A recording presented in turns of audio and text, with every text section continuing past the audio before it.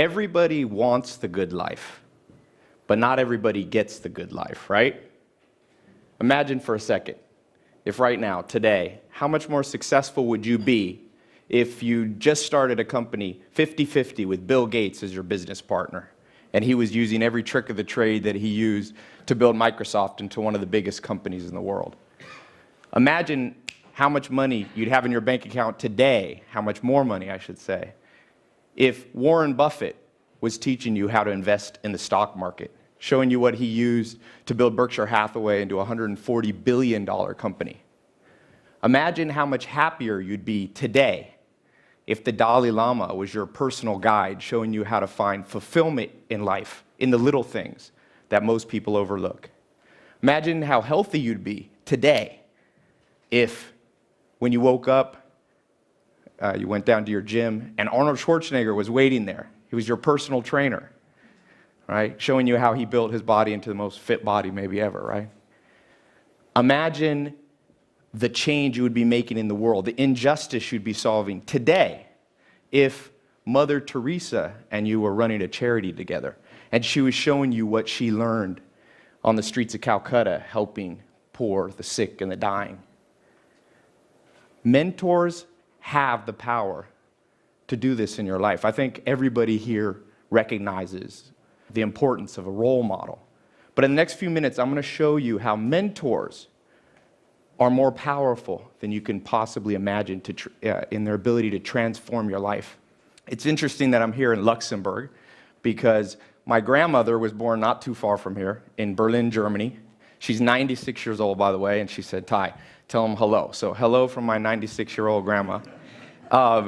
She said there was a role model, a mentor that I had when I was a little girl. She was born in 1918 in Berlin, and she said, we had a renter in our house, Edith Knox, who was a famous piano player from California in the 1920s. And she said, "Ty, this woman made such an impression on me." She rented a room for a summer, and she said, Edith Knox wore pants. My grandma said I'd never seen a woman wear pants. Apparently in Germany in the 20s, no women wore pants. And not just regular pants, she had an orange jumpsuit on. And then she'd play the piano, and Edith Knox every hour would stand on her head for exercise. And my grandma was like 7, and she said, "Ty, I thought, if that's how women are in California, one day I'm going to move to California." And sure enough, she ended up in California. That's the story, part of the story of how my family ended up in California. And I'm from California. I flew here. Took 20 hours to get here. And I'm from Hollywood specifically. So Hollywood, the land of dreams. Or for most people, it's the land of broken dreams. Every year, 100,000 people move in and out of Hollywood. Some come to be movie stars, actors, singers, writers, comedians. Most go home empty-handed. And so I live up in the hills, and I'm surrounded by all these celebrities. I have one on my left, one on my right, and I often think, why did these celebrities make it? What did they do differently that allowed them to make it? Because in Hollywood, everybody wants something, but not everybody gets what they want. So I want to talk a little bit about that today. Because life is short. I think we all realize the sands of time quickly can slip by in your life. And you don't want to be old when you finally get the good life, or too old, right? It's like the Dutch saying, we're too soon old, too late smart. Steve Jobs said, "I didn't want to be the richest man in the graveyard." And I realized this. I remember back, I was younger, and Alan Nation, one of my mentors, he had told me, he said, "Ty," he said, "what did you want to be when you were 16? That's the truest version of yourself. What did you want to be when you were 16? And I remember at 16, I wanted to find the good life.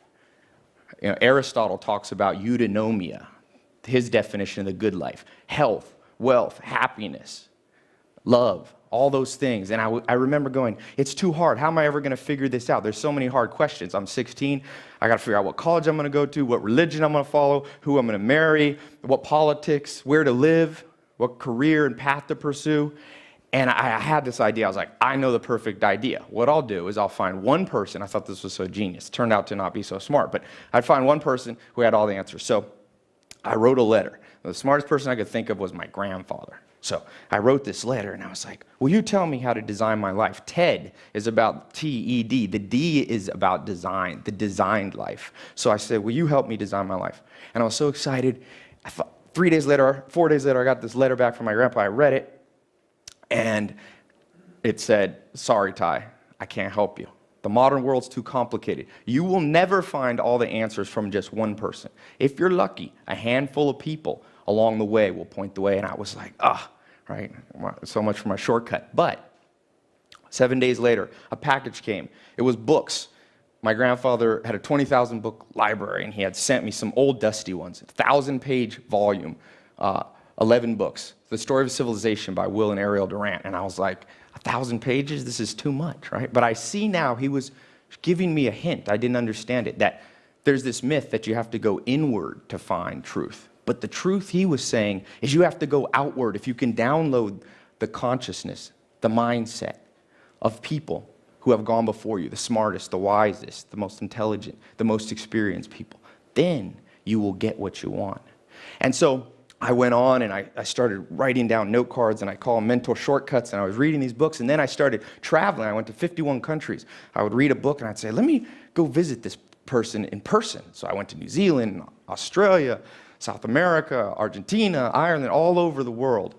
And I was focused on those 4 things: health, wealth, love, and happiness. I decided to focus on health and happiness. I lived on for 2 years with Joel Salatin on his famous sustainable agriculture, or his organic farm. And then I spent 2.5 years with the Amish, no electricity, trying to see what was life when we lived in community. And made one mistake. I forgot about money.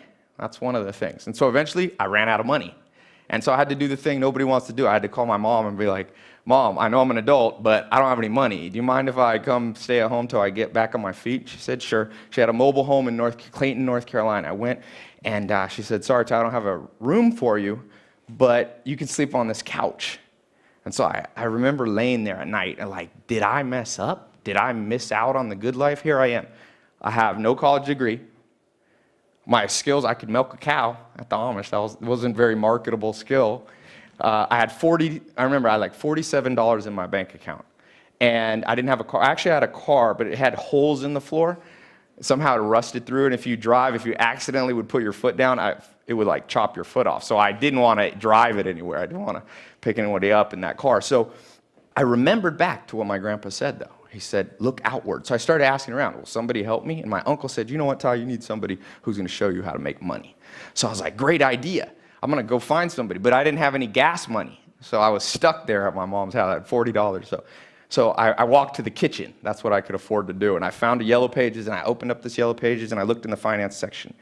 And I found this guy, and I said, I'm going to go visit that guy. So I found a suit. I got a suit out of the closet. It wasn't mine. It was too big. It looked weird on me. God help me. I don't know what I looked like when I showed up at that guy's house. But got somebody to drive me in, and I showed up, and Kathy, a secretary, opened the door, and I walked back, and this guy, Mike Stainback from the phone book, I walked up to him, and I said, Mike, you don't know me. If you show me what you know, because I figure you must know a lot about money if you can afford a full-page ad in the Yellow Pages. If you show me what you know, I'll work for you for free.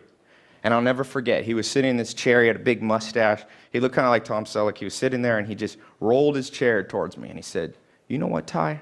I've been looking for someone like you for 20 years.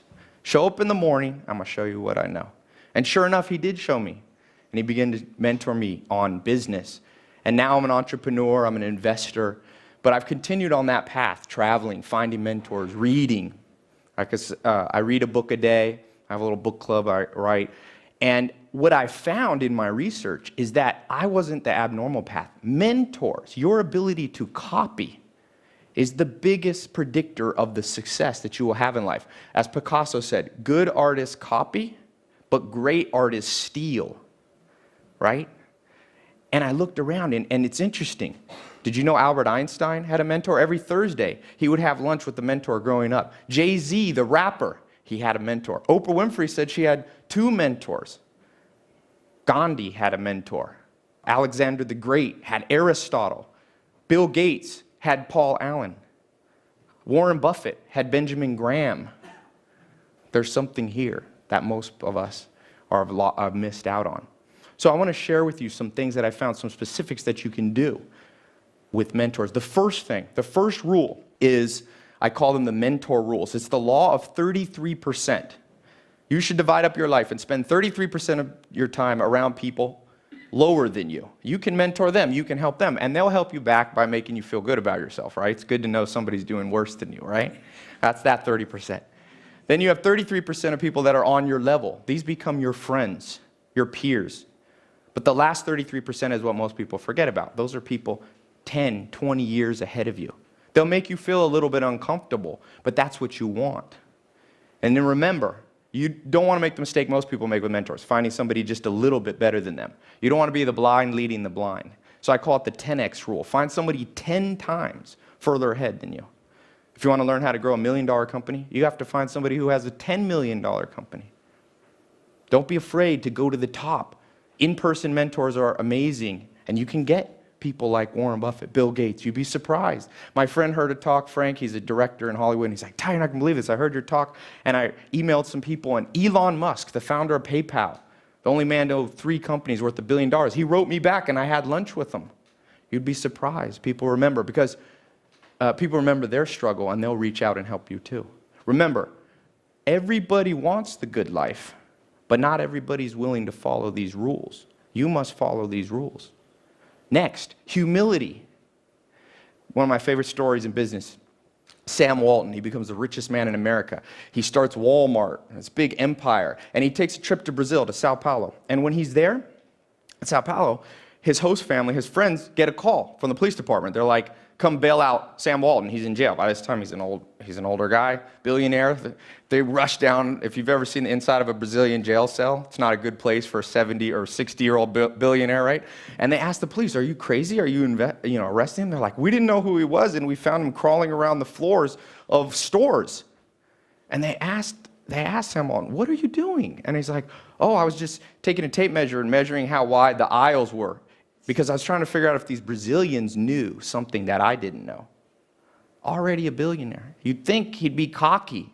You see, everybody wants the good life, but not everybody's willing to be humble like Sam Walton was. You have to be humble. Next, perseverance. The media has tricked us. They only show us the success at the end, but Bill Gates started at 12. It wasn't until 31 years old that he was a billionaire. He said from age 20 to age 30, I never took a day off, not even one.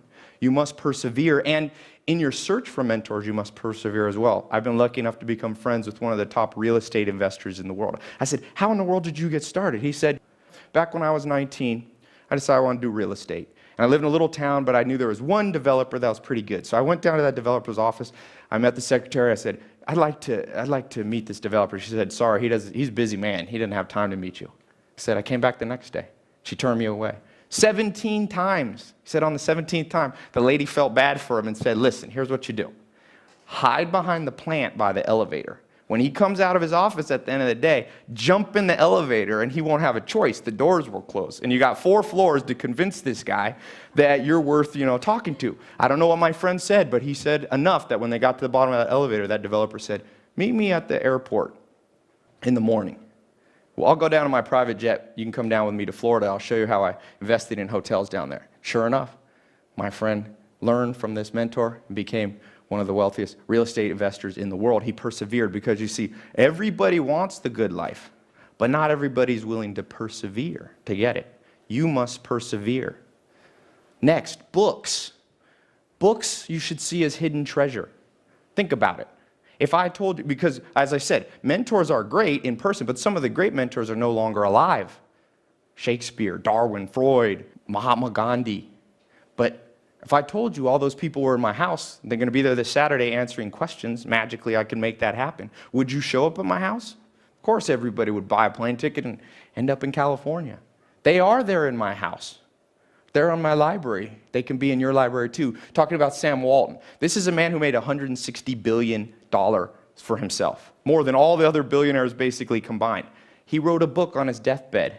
How many people have read it? It's a tragedy that not every business person's read a $5 book by a man who built an empire. But it's because the modern education system has turned people off from books. You got to rewire your brain. Let me show you a few quick tricks. First thing is stop seeing a book like a one-time event. See a book like a friend. You read it over and over. You come back. And just like Friends, you pick a handful of them. I recommend you find 150 books. There's 130 million. Can't read that many, but 150 you can read over and over for the rest of your life. There's no rule either at how fast you have to read them, at what pace. I set my own pace. People say, how do you read a book a day? Sometimes I take a week. But sometimes books only have one or two things that are worth reading. In fact, most books only have that. So I flip through the pages one time. I like to go through 3 times.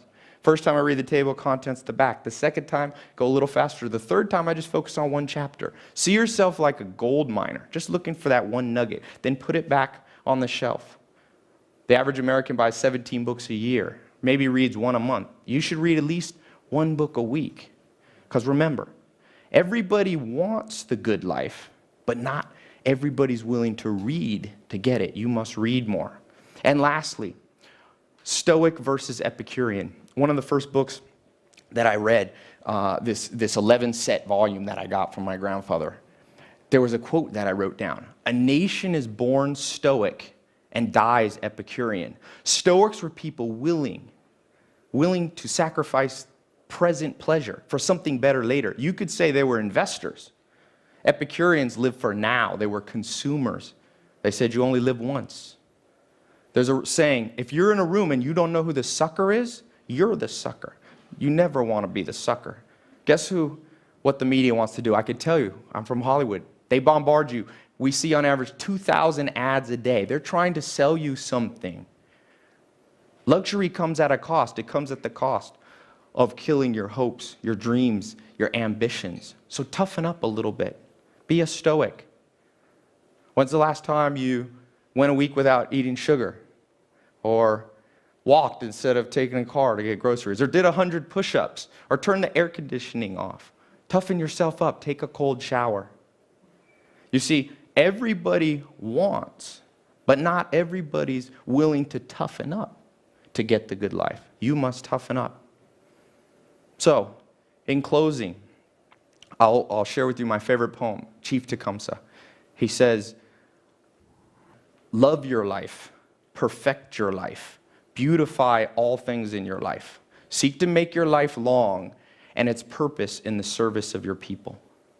Mentors will help you do that. They are the shortcut that you want. You don't want to do it the hard way. Find a mentor. No matter if you're just starting out or if you're already experienced, there's always someone to learn from. You must follow those rules. Be humble. Persevere. Read more. Toughen up. Remember, it's going to be a little bit hard. It's like Tom Hanks says in the one movie. It's supposed to be hard. The hard is what makes it great. If you do these things, you will find the good life. Thank you.